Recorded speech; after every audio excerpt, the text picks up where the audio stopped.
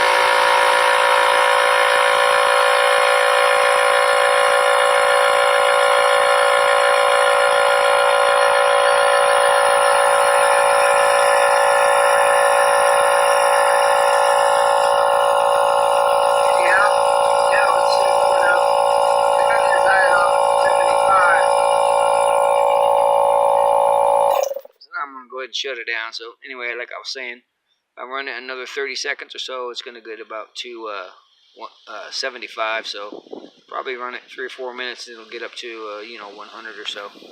So anyways, just follow up video. Have a blessed day. Bye. My El Pato muffler.